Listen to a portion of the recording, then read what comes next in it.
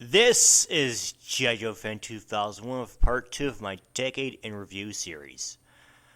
A series of videos looking back on the 2010s even though we're barely into 2020. I have already covered 2010 to 2012. Link to that video is in the description below. Today, we are starting off with 2013. So let's begin.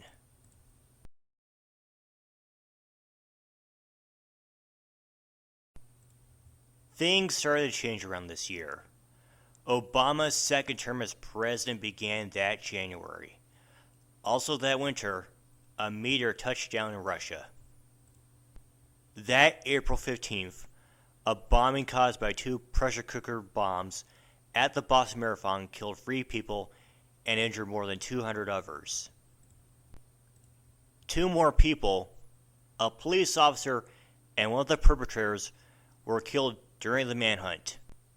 The second perpetrator surrendered in this boat after a firefight with police 4 days after the attack. This is the first terrorist attack that I remember. Also around this time, an explosion at a fertilizer plant rocked West Texas and killed 15 and injured approximately 160 to 200 people. It was caused by arson, though no arrests have been made. There was some hope this spring, as Pope Francis became the first pope from the Western Hemisphere. Edward Snowden exposed the NSA for spying on the American public. This July, there were 2 rail accidents. The Lac Mégantic rail disaster in Quebec, Canada, that killed 47, and the Santiago de Compostela derailment in Spain that killed 79 people. That September, a shooting at a Navy Yard in Washington, D.C. left 13 dead, including the shooter, who was killed by police. Also that month, an attack committed by Al-Shabaab at the Westgate shopping mall in Kenya left 62 people dead and 170 injured. That November, a then 5-year-old boy got his wish to be Batman for a day. 4 World Trade Center opened to the public, while construction on 1 World Trade Center was completed after 7 years of work. That December, Russia occupied Ukraine in the midst of the Euromaidan protests, in which people in Ukraine wanted their country to join the European Union. For memes, people were doing the Harlem Shake, enjoying Dumb Ways to Die, listening to What Does the Fox Say by Givas, and enjoying Wrecking Ball by Miley Cyrus. This was also the first year of the Doge meme. As TV started getting better, Netflix started to dip their toes into the world of original streaming programming, mainly with House of Cards. This is also the year we got movies such as Gravity, starring Sandra Bullock and George Clooney, The Wolf of Wall Street, directed by Martin Scorsese and starring Leonardo DiCaprio, and Baz Luhrmann's adaptation of The Great Gatsby, starring the aforementioned Leonardo DiCaprio along with Tobey Maguire. Phase 2 of the Marvel Cinematic Universe started this year, with the movies Iron Man 3 and Thor: The Dark World. This year had quite possibly the most overrated anime movie of all time, Frozen. This was also the year that the overrated video game Grand Theft Auto 5 was released, along with the controversial Grand Theft Auto Online.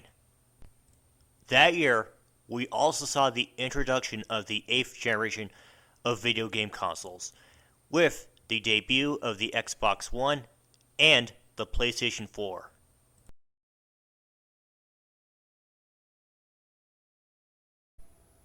This is where the world and society went downhill, I think, both in my personal life and on a global scale.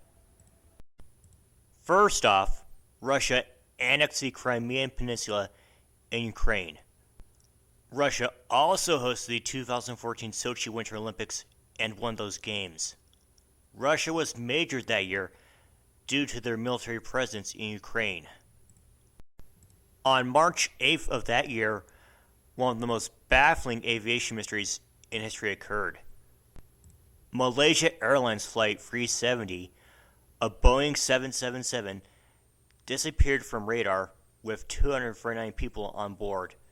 Debris have been found, but the search has been long called off. Although it's been presumed to have crashed into the Indian Ocean, where it is currently is unknown. That April, the MV Seawolf sank off the coast of South Korea and killed 304 people. Also that month, Boko Haram kidnapped over 200 schoolgirls. The Soma mine disaster in Turkey that May killed 301 people and became the worst mine disaster in Turkish history. This was also the year that we saw ISIS start to rise. We also saw the worst Ebola outbreak in history. It killed over 11,000 people worldwide. That July, tragedy struck Malaysia Airlines yet again. This time, a 777 was shot down over Russian-occupied Ukraine by accident by pro-Russian rebels. All 298 people on board were killed. That August, a black kid named Michael Brown was shot and killed by a white police officer in Ferguson, Missouri. This sparked protests and riots and a new debate between black communities and the police. Similar to the aforementioned Trayvon Martin case in 2012, this also gave some attention to the Black Lives Matter movement that started a year earlier. Also in August, Robin Williams committed suicide. That September, Joan Rivers died at a surgery center. This started a debate on their safety. In November, One World Trade Center, the tallest building in the Western Hemisphere, standing at 1,776 feet tall, or 541 meters, open to the public. That December, Indonesia Air Asia Flight A501 crashed into the Java Sea and killed all 162 people on board. We also got Gamergate, a controversy centering on sexism in the video game industry. Susan Wojcicki became YouTube's third, and as of now, current CEO, a sign of things to come for the platform. The main trends this year were hashtag Bring Back Our Girls and the ALS Ice Bucket Challenge.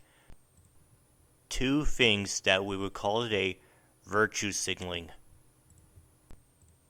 Animated movies started making a bit of a comeback with Big Hero 6 and the Lego Movie. The MCU continued on with Captain America: The Winter Soldier. We also got the first John Wick movie and the first Guardians of the Galaxy movie. And this will conclude part 2 of the Decade in Review series. This is G.I. Joe Fan 2001 wishing that you stay safe, and I'll see you in the next part of the series.